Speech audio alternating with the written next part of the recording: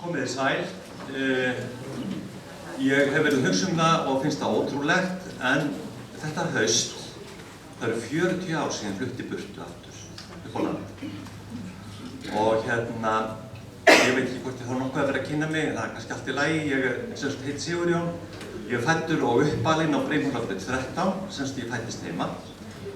Og fjölskyldan, það var Guðmundur Ólafsson, sem að síðast gekk undir nafninu Mundi í áhaldahúsinu, því að hann var á lagarnum í áhaldahúsinu, og Guðrún Sigurjónsdóttir, og við 7 manna fjölskylda, 5 systkinin.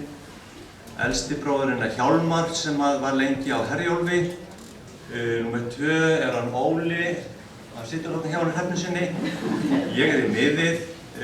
Númer 4 það er Guðni, sem er tölvunarfræðingur, og til skamms tíma starfsmaður Arion banka, er nýbyrjaður Justur annar staði, ég veit ekki hvað það heitir. Og svo er Sigrún yngst, og hún vinnur á Landspítalanum við svefnrannsóknir og hefur tekið á móti mörgum eyjamanninum sem hefur verið að láta athuga sér hroturnar. En sem sagt, ég byrjaði að vinna hérna 2. janúar 1973. Við byrjuðum saman, ég og Kitti heitinn Georgs á skattstofunni. Og hvort það var þess vegna að 21 degi seinna byrjaði að gjósa, ég veit ekki. En á skattstofunni var ég í 3,5 ár, fór þaðan yfir á rafveituna, og svo þegar ég kom til Reykjavíkur þá fór ég að vinna í Útvegsbankanum á Torginu og hef verið í banka síðan, og sem sagt ég tilheyri deyjandi stétt, hinn almenni bankastarfsmaður. En það sem ég ætla að bulla hérna fyrir ykkur, það er minningar leikhús. Og eitt af því skemmtilegasta sem ég geri er að fara í leikhúsið, njóta þess og gleðjast yfir því sem vel er gerst. Og núna ætla ég að rifja upp leiksýningar æsku minnar. Og þá var ég ekki að tala sýningar leikfélagsins, sem hafði þá góðu reglu að hafa miðdegissýningu sérstaklega fyrir aðdáðar krökkum á þeim verkefnum sem félagið tók fyrir hverju sinni. Ég man að ég sá sýningu á ævintýri og gönguför og var alveg uppnumin af hrifningu. Flottar sviðsmyndir og búningarnir í minningunni ólýsanlega flottir. Einhverju seinna vorum við Óli bróðir að bíða eftir að framhaldsleikrit barnanna byrjaði í útvarpinu. Það var búið að kynna persónur og leikendur og svo spilið einhver tónlist. Ég lét út úr mér í stundarhrifningu. Nú er það að klára fyrir búningana. En Óli sá jafnbundni og raunsæi drengur og sagði: Asni getur þið verið, þetta er í útvarpinu og þau sjást ekkert og þurfa því ekki búninga. Þannig fór það. Við sveimandi sálitar höfum fengið margt róttekið dagana. En það sem ég ætla að rifja upp eru leiksýningarnar í skólanum á Litlujólunum. Og þær voru svo endurteknar á skemmtun sem barnaskólinn stóð fyrir í höllinni, vanalega á sumardaginn 1. Í huganum er til smá glimt frá skrautsýningu sem hún Arnþrúður hans Kalla Guðjón stóð fyrir. Hvort það var á þeirri sömu skemmtun sem Grámann í Garðshorni var sýndur er ég ekki viss. En fyrir þá skemmtun var rekinn mikill áróður á kjörstað. Því Hrafnhildur Borgþórsdóttir, dóttir Guðrúnar Andersen á Bogga Árna, gekk í húsin á Brimhólabrautinni og spurði hvort að krakkarnir í því og því húsinu fengi ekki örugglega að fara á skemmtunina. Og endaði svo með: Hann Gísli má frændi leik og kónginn. Þau kóngshjónin, Harpa Karlsdóttir lék drottninguna, stunduðu það að spila Svarta Pétur á nóttunni, svindluðu eins og mögulega gátu og rifust svo við spilunum. Hann Hafþór Guðjóns var Grámann. Og ég man eftir að í einu atriðinu birtist hann í engilslíki og plataði þau hjónin ofan í poka, því hann hafði fengið það verkefni að stela þeim til þess að ég geti eignast kóngsdótturinn á hálft ríkið. Og ég man að Gilli á Lögbergi, hann lék prestinn sem gifti þeim. Hvort það var á þessari sömu skemmtun eða árið eftir að sýnt var leikritið Ég vil það ekki, prinsessa, er ég ekki viss um. Það fjallaði gerspillta og fýlda kóngsdóttur sem vældi Ég vil það ekki við hverju einu sem nefnt var við hana, meira síðan þegar prinsinn í næsta ríki bað hennar. Það voru kallaðir til bjargar 3 ráðgjafar. Þeir birtust, svartklæddir í svörtum sokkabuxum og með svarta kínahatta, réðu ráðum sínum og tjáðu sig. Þegar sá þriðji hóf upp rödd sína, sá sem gaf vitulegasta ráðið, sem ég man alls ekki hvað var, þá þekkti ég hana. Þetta var nú Binna Friðriks, frænka Magneu vinkonu minna. Einhverjum árum seinna fór ég að yfirheyra hana þátttökuna í þessu leikriti. Hún sagði mér að það voru stelpur sem léku ráðgjafana, tóku leikinn mjög alvarlega. Ráðgjafar voru í þeirra huga allir með sítt skegg, samanber Dr. Alvís í Alfinni Alvakongi. Svo það skelltu sér á apóteki til Rósa Sigfússon og keyptu skegglím. Hafa mjög sennilega þurft að panta með einstaks fyrirvara, það þurfti leikfélagi allavega að gera. Og það settu lím á andlitið á sér og klestu svo vændni tugga á lopa í lími. Og því miður gekk þeim víst ekkert voðalega vel að ná skegginu og voru ágætlega loðnar kjálkana daginn. Þá komið að því. Haustið 1960 settumst við flesta öll úr árgangi 1954 hérna í Eyjum í stöfunadeildina eða stubbadeildina hjá Eiríki Guðnasyni og Þórarni Magnússyni. Ég hafði heyrt á eldri bræður mínar, Hjalla og Óla, tala mikið litlu jólin í skólanum og nú var komið að því að ég upplifði þau. Ég þóttist svo sem stautfær þegar að skólavistinu kom.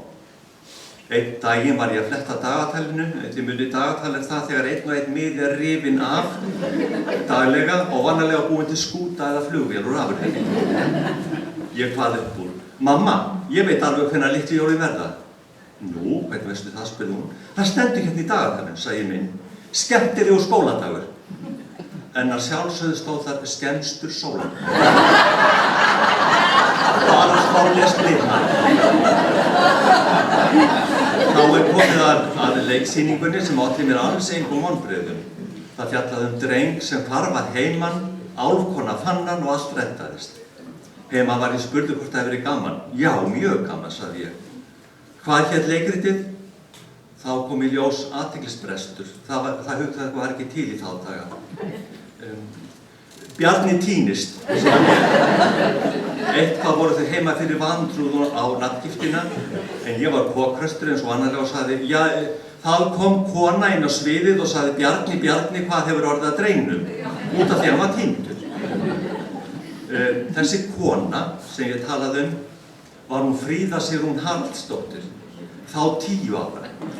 En ég hefði mér til afsökunar og hún var hávaxin með aldur og var í upplutt með skotthúfu og alveg græn. Seinna komst ég að því að leikritið heitir Rauða húfan. Eftir hvern veit ég ekki gæti þess vegna verið eftir Ragnheiði Jónsdóttur, merkilegan en á tímabili vanmetinn rithöfund sem skrifaði margt gott leikritið og söguna fyrir börn og unglinga. Leikritið var byggt á þjóðsögum Bjarna Thorarensen sýslumann sem hvarf að heiman 7 ára gamall og fannst með rauða húfu á höfðinu hátt upp í fjalli fyrir ofan bæinn á Hlíðarenda. Og hann sagði að mamma hans hefði farið þangað með hann. Ég man að hann Eiríkur Einarsson, sonur Einars Hauks og Gunnu, lék Bjarna og gott ef hann Bibbi Valdís var ekki vinnumaðurinn sem fór að leita að drengnum. Á litlu jólum 1961 var sýnt Nátttröllið eftir Ragnheiði Jónsdóttur. Þar var Addur Reynis í aðalhlutverki og skilaði sínu vel.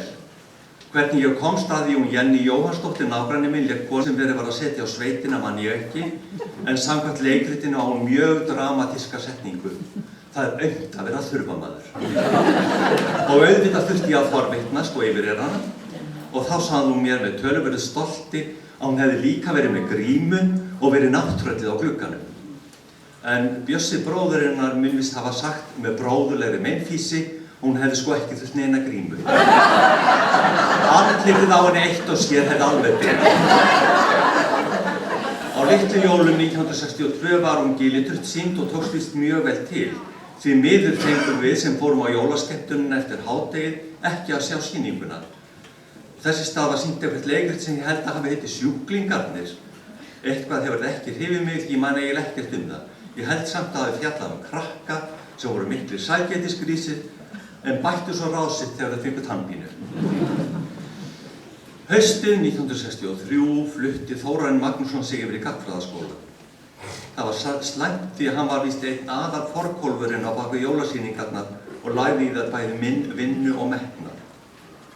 En nú fór í hönd á metnaðarleysis Engin ný leikrit, bara endurtekið efni, 1963 Gráman í Garðshorni, 1964 Bláklukka prinsessa, sem áður hafði verið sýnt undir nafninu Ég vil það ekki prinsessa, og 1965 Gilitrutt,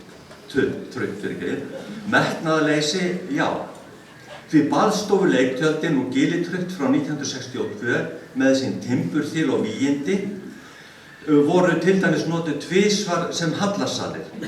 Og það þótti mér, með minn leikhúsáhuga, ósköp klént, eins og einhver ónefndur maður með hugsun. Ekkert nýtt, það ekki alveg rétt, því 1963 var sýnd leikgerð úr sögunni Óska bjúað. Mjög skemmtileg útfærsla og vel flutt. Þar voru á ferðinni Eygló Björns, Heba Kirkjubæ og Helga Gísladóttir. En því miður, þegar til átti að taka og endurflytja það eftir gos, þá fannst hvorki tangur eða tétur á handritinu. Áður en ég hætti alveg þessu bulli á blaðri langar mig að tala örlítið meira hana Gilitrutt árið 1965. Þegar kom að því að flytja leikritið á sumarskemmtun vorið 1966, þá var flensa á gangi í bænum. Og hann Guðni Einarsson í Betel sem hafði leikið Bjarna vinnumann á jólasýningunni lá í rúminu. Og þó ég væri ári yngri en þau hin, þá af einhverjum ástæðum var ég fenginn í þetta hlutverk. Mér til mikill ánægju. En hvort að sjötti var hrifinn eða fá einhvern fimmta einnig á, ég ekki vissum. Elskulegur lærumeistari og prímadonna Karolína Unnur Ragnheiður Guðjónsdóttir kom og tuktaði okkur aðeins til. Og hún var nú ekkert alltaf blíðan besta. En ég man að hún sagði við hann Þórir Guðnason sem er Gissur bónda, ég mjög ánægð með þinn leik. Og þar hefur það Tóti minn. En nú læt ég þessu blaðri mínu lokið og segi eins og fólkið í útvarpinu forðum, ég þakka þeim sem á hlýddu góða stund.